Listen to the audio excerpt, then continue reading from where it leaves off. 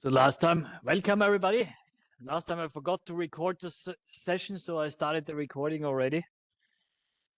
This time I won't make this mistake.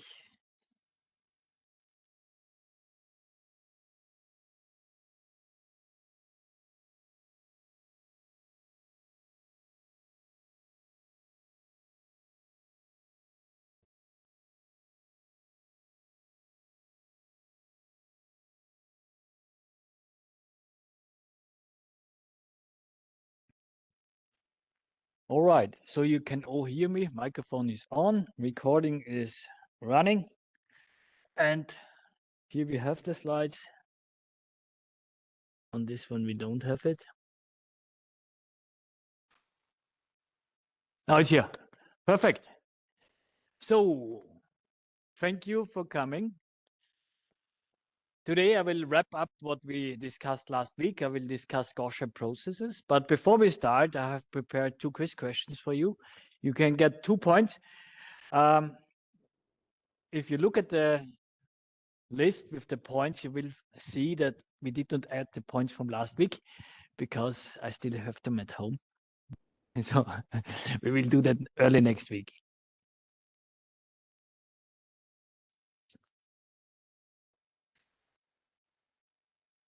Let me start the quiz immediately.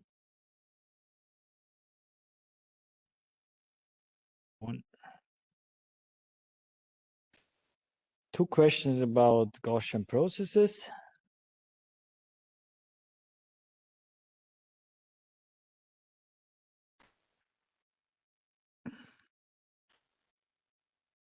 So the first one is a more general question about Gaussian processes. What type of algorithm is that? And the second one is about basis functions. We discussed several basis functions, and here are some of them which we did not discuss or which even would not make sense at all.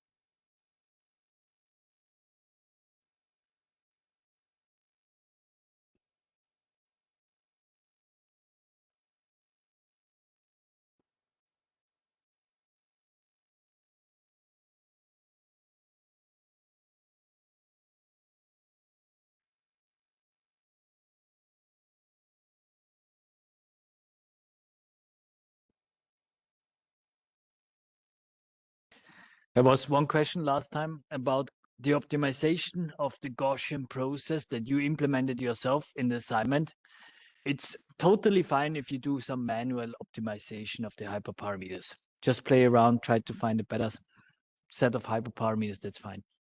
I think you asked me. I clarified that yesterday.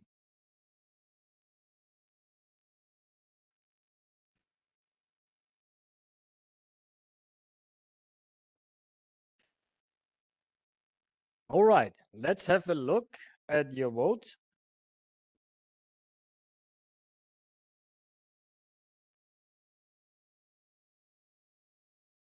$17 users, 16 users. I give you some more time because I was counting 27 users.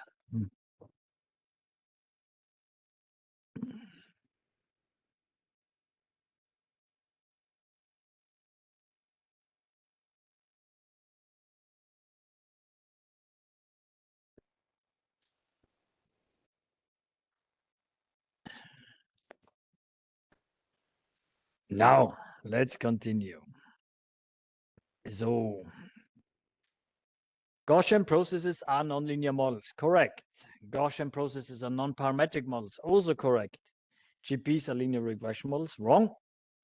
GPs predict the uncertainty and the mean. The last one is also correct. So this one was 3 correct answers, only 1 was wrong. And for the basis function, there are 2 wrong basis functions, the others are correct. Wavelets are wrong. Radial basis functions are exponential functions, kernel functions. Well, that's correct. Linear kernels are correct. Delta triac impulses is some rubbish that I mocked up. And Matern kernels were discussed last time. Well done. Many bonus points today. I think I never stopped these quiz questions. Who cares? There's one thing I wanted to announce. So here, this is actually not up to date. Submission deadline of assignment for Gaussian processes is this Friday. That's correct. But there's no exercise. I'm on vacation and I decided to catch up what we miss the week afterwards on Wednesday. So in 1 week, I will present probabilistic time series models, which are based on Gaussian process or related. But I will stop early and then I will answer all your questions regarding the exam. For the programming exam. On the 6th of June, we have the programming exam in the PC room, Hilbert. I conceptualized, I designed the exam already. Julia and my doctoral student, Melanie, they are currently implementing it. And I promise you, you won't need to program functions yourself. You need to understand code. You need to be able to improve existing implementations or understand what are the weaknesses. And this kind of questions will be asked using a Moodle exam. So you have 2 browser windows. One is the Jupyter Hub file, where you can look at the code, different tasks. And then you have a Moodle exam, which you start, and then you have to answer different questions, multiple choice questions. And that's it. And right after the exam, I think normally after 90 minutes, you immediately see your results. And next week, you have the chance to ask any questions you have regarding the exam.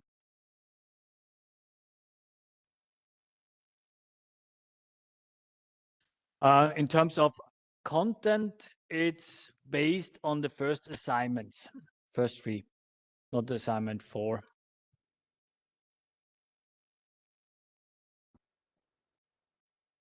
Because assignment 4 were not yet graded, not yet discussed, so it would be not really fair to actually use GPs and all these things in an exam. And I don't need that. I want you to be able to understand code, to understand what are limitations.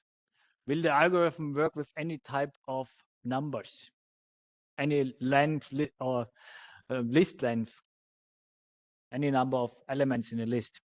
Such things are interesting, yeah?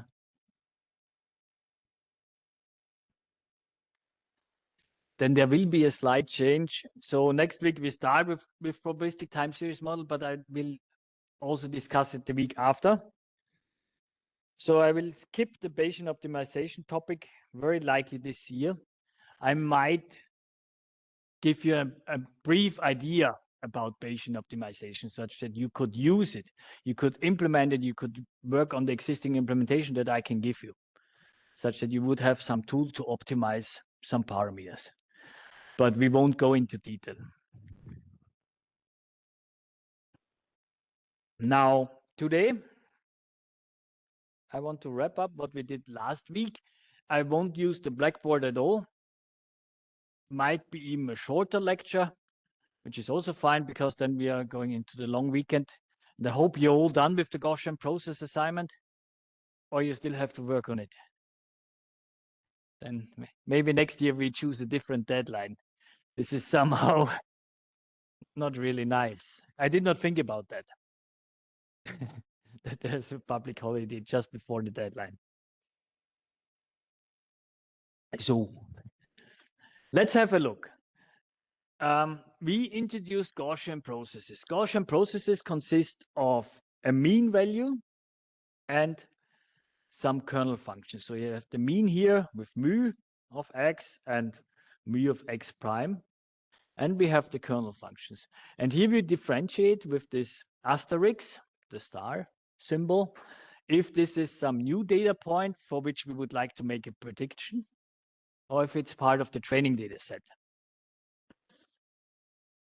And then if you remember, we are using the shortcuts where we don't use the input arguments anymore. Here, we apply here classical conditioning using multivariate Gaussian distributions. And the reason is Gaussian distributions are closed under two operations. The first one is marginalization. The second one is conditioning, which means after applying the operation, the result is a Gaussian distribution again. And that's the reason why we can compute actually the equation 10 and 11 in closed form.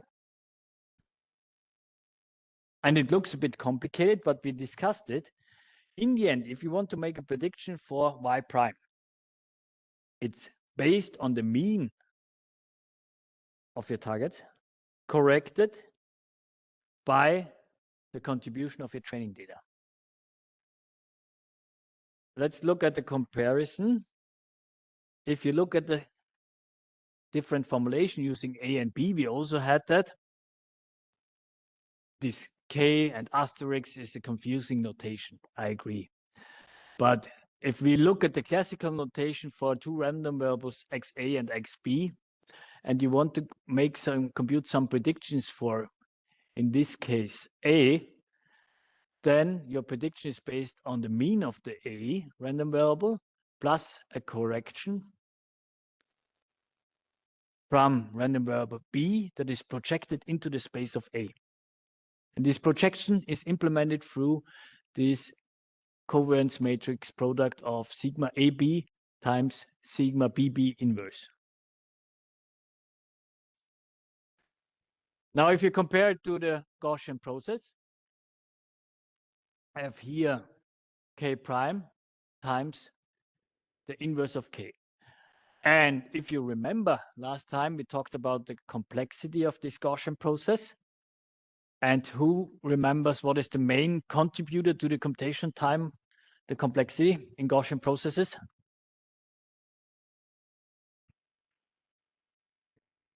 And yes, because of the inverse of K, exactly. And typically, if you have 50,000 training samples, well, then this is a squared matrix with 50,000 times 50,000 elements. And that makes it computational intensive. That's the reason why GPs won't scale to too large data sets. And there exist many, many pruning strategies where you try to rely on salient, important samples instead of the whole data set. So you don't want to maintain and keep 50,000 samples. You say, no, maybe 200 are sufficient to explain my whole problem.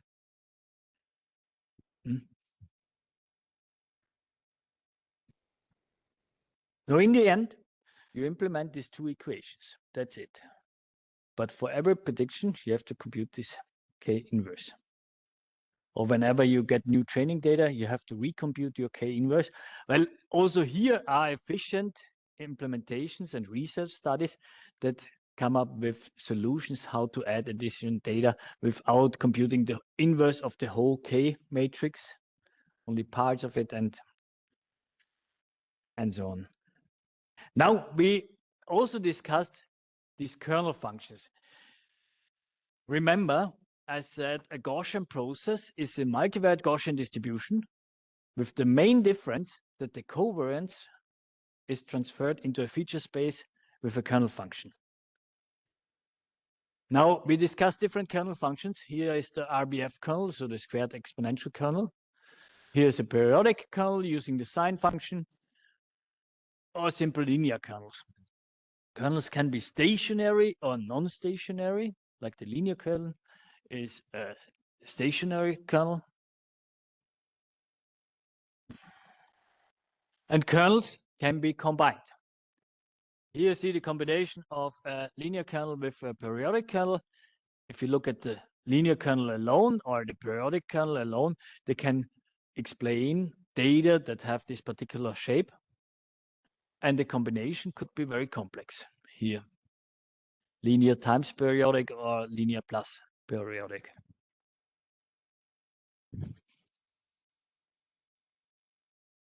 So the kernel matrix needs to fulfill one principal requirement. It needs to be positive definite, to be invertible.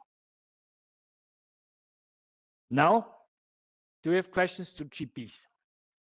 I can show you also some other description. I like this one a lot. It's a paper that we wrote back then in Lübeck. And here I explain GPs within 2-3 sentences. So let's have a look.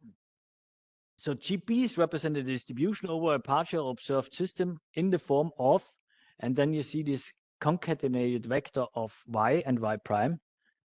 Yeah. You see the multivariate Gaussian distribution with the 2 mean values and the 4 covariance elements depicted with k, and normally it's k prime, but here I'm using the full notation.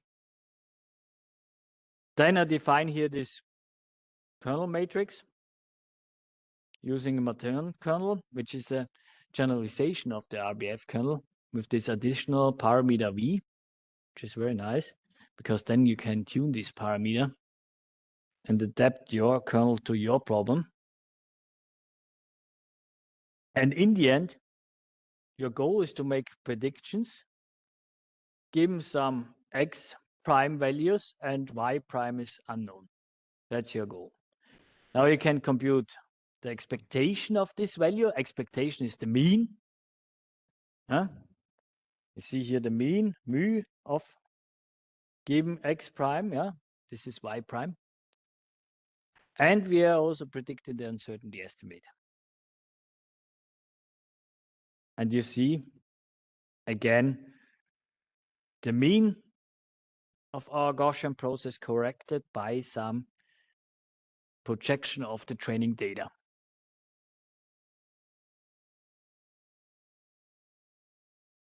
So this paper, if you're interested, I think it's not yet linked. Let me add the link. I forgot to add that one. It's a very brief description of Gaussian processes. On the web page, you also find some links to Gaussian processes here with interactive animations.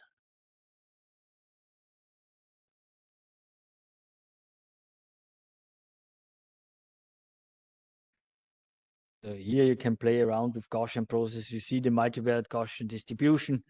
You see what is happening here, the conditioning operation. Here you see marginalization conditioning.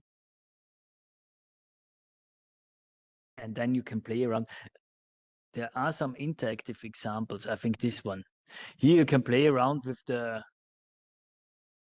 hyperparameters of an RBF kernel. There are 2 parameters you see. There's the variance that is multiplied with the exponential function, actually a standard deviation, and the length parameter L. And L is sometimes also called bandwidth parameter in machine learning. It's used like that. And you could imagine that by using different settings, like a very small L, you focus on a narrow space. So this is important for you to know. Whenever you implement these Gaussian processes, you will have some data samples. And then you try to make a prediction where you have some close by training samples. And the question is, how much do we want to rely on samples that are really far off? Or would you like to focus only on the, let's say, in the global space, we're looking at temperature predictions. We had that in the past as an example. We had temperature measurements from more than 100 temperature sensors in the Atlantic Ocean. And the goal was to make predictions to interpolate more or less using this whole data set. then of course it makes sense to look at the local vicinity. It does not make sense to look at temperature values that are more than a few hundred kilometers away in the ocean. And you need to know that. And you need to know how to make that sure, how to implement that.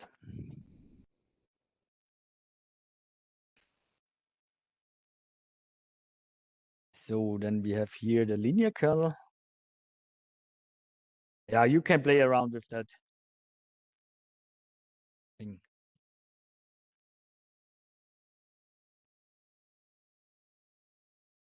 I will show you some examples where we used Gaussian processes in the past in research.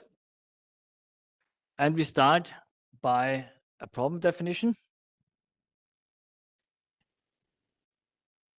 If you want to learn models to control complex robotic systems, then typically you're interested in dynamics models. So you're interested in the models that consider mass, inertia, all these effects.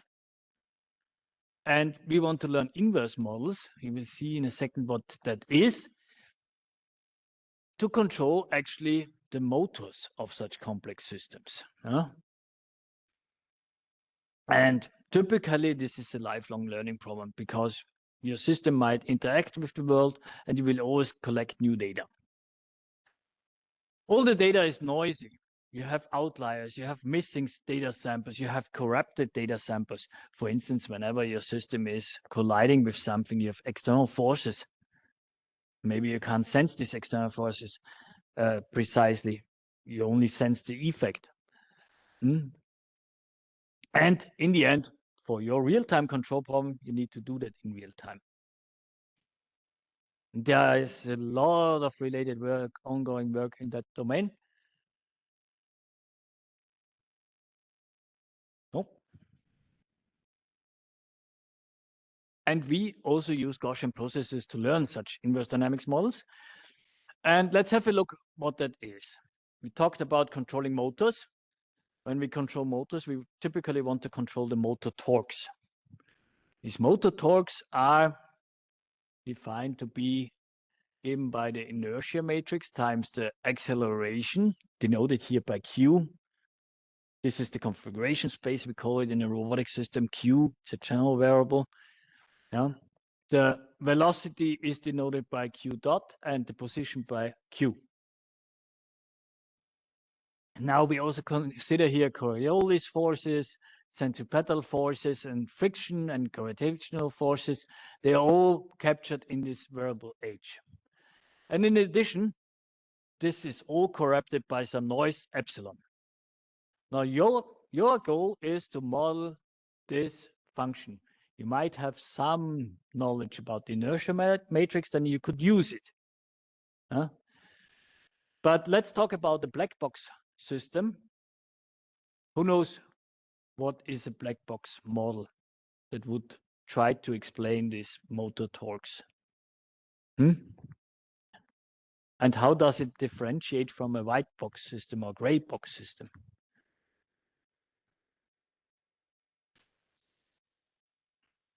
So in machine learning, we talk about black box systems. If we ignore all the knowledge that we have about physics, about the process. So I have just data, inputs, outputs. I learned the correlation, the relationship between inputs and output. In our case, the torques are our outputs and our inputs are joints, velocities, accelerations. We have no knowledge about these terms, m, h, epsilon. That's a black box model. So you can ignore all rules of Newton, all laws of physics. That's what we did here. There is an alternative. We could also use this knowledge if we have it, and typically we have it for all our robotic systems, or at least we can calibrate them. We can try to estimate them from geometrical properties. We have good ideas of friction normally, which correlates with the velocity and these things. So we can come up with matrices and vectors for these elements. And then we can do the following. We can say, okay, let's use this knowledge And we model only this part here. The part that is so hard to model, the noisy part, the things that are not captured in our physics model. So in this case, we would learn the residuals. So you use your physics model to explain your motor talks. And whenever you make a mistake, the part that is left over, you try to explain with a Gaussian process. That's also something that makes sense and that we did in the past. So here you see that we have some classical Gaussian process model learning problem where we have positions, velocities, and accelerations of, in our case, 7 joints. So this input vector x was 21 dimensional. And the output vector was 7 dimensional for the 7 motors. D was 7 in our system. Then we used classical mean squared error to evaluate our system, and we compared Gaussian processes and LSTMs. And here we're interested in the GPs. GPs, as you know, exist of a mean value and a kernel. That's it. That's a Gaussian process. We used as kernel function the Matern kernel. You see it here again. And here's just a sketch of this Gaussian process as we know it, where we have some test function, we have some mean value, and we have some uncertainty, model uncertainty, and observations.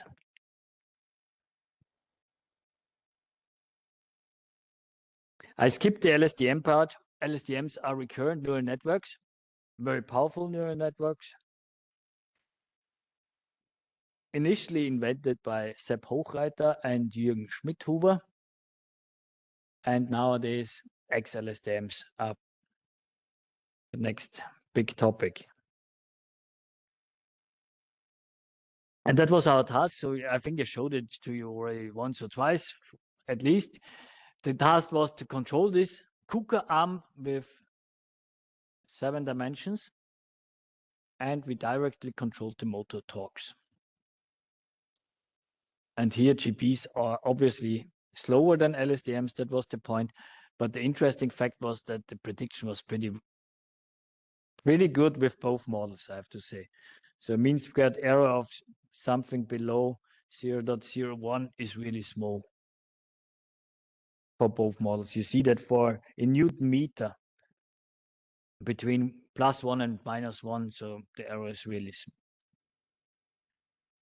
Now this system, the KUKA arm, is a well-known, well-modeled system from a professional manufacturer used in industries a lot. So it's pretty stable system, which could be explained also very nicely with physics models. Now let's look at the system where this is not possible. This is a robot dog developed in a European project where I did my PhD. And this was a development by the University of Ghent, together with some partners from Lausanne, and I was back then in Graz. And what you see here are the spring systems, springs in the leg, and this pulley mechanism with the cable. And the cable was mounted to a pulley that was connected to a brushless motor. So in the end, this system was super fast, super strong. But all these 4 legs behave differently because of manufacturing uncertainties, 3D printed parts. Nothing was perfect. Yeah, it was a university project. Really nice. Super hard to model. And directly controlling it using the geometry information that you had was almost not possible.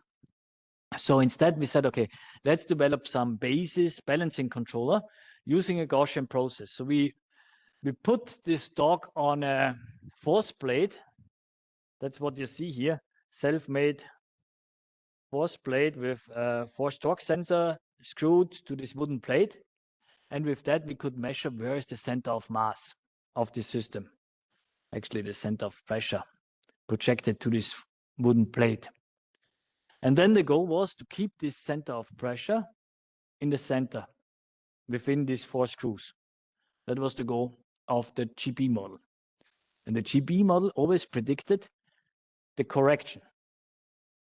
So the correction of all of these four legs, such that the center of pressure is always in the center. And that worked out pretty well. And this is one of the first projects that I did back then in Darmstadt as a senior researcher with my first doctoral student, or second doctoral student, I have to say.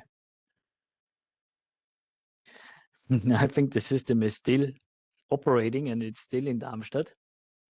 And there was a second talk at the University Ghent. One thing I have to mention is, of course, here we have optical force sensors also in the legs. So the GPs require some input data, and the input data was from these optical sensors here. The error signal was from the force plate. Yeah, was another GP example. And the third GP example was this super short description of GPs.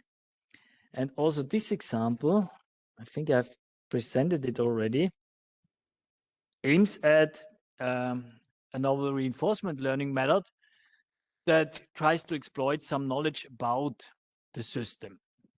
So in reinforcement learning, we learn through trial and error. We typically define some policy with some parameters. Let's say we have some actions, and if you learn some parameter vector, then a sequence of actions is executed. And your goal is to maximize the rewards that you receive. And typically, this can be very hard. You see that on the right-hand side, you immediately learn policies that try to maximize the rewards.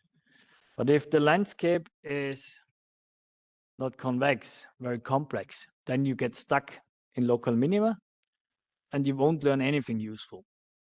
Now, the idea was to actually project our policy into a feature space where we have some nicer landscape, where we can perform some classical hill climbing or gradient ascent algorithm to improve our policy parameters such that we maximize our rewards. That was the general idea.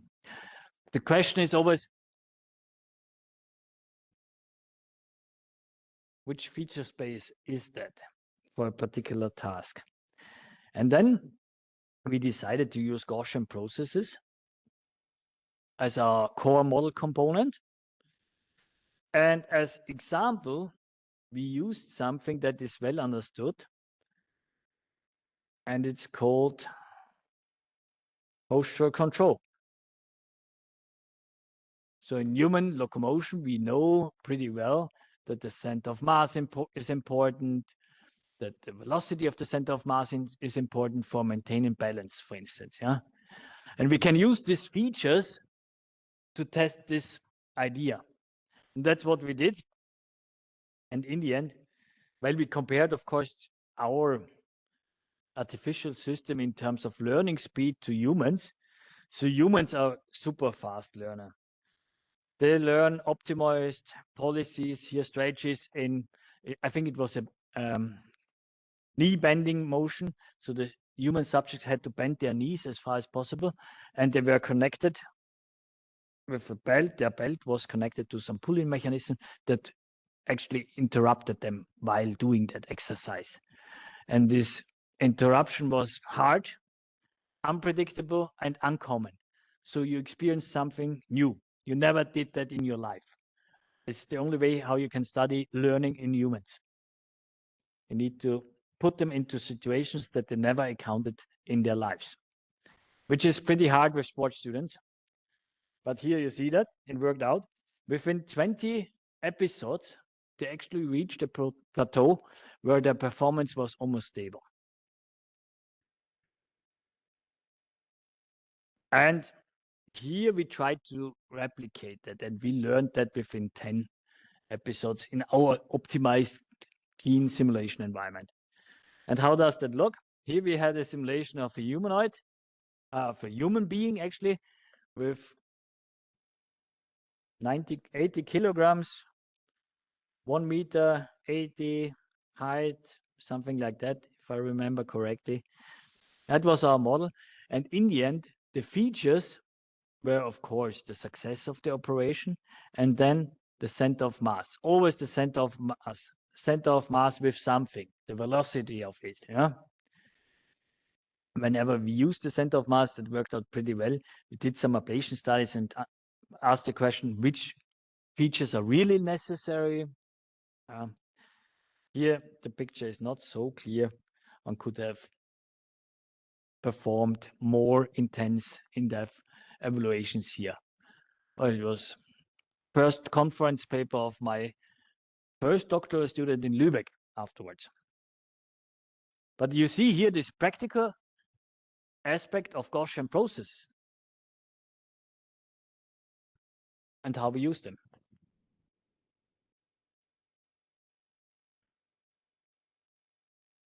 All right. Do you have any questions?